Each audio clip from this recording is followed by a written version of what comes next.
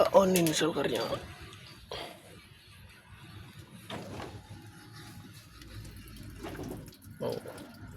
Langsung keluar air. Kita bongkar ini water inletnya.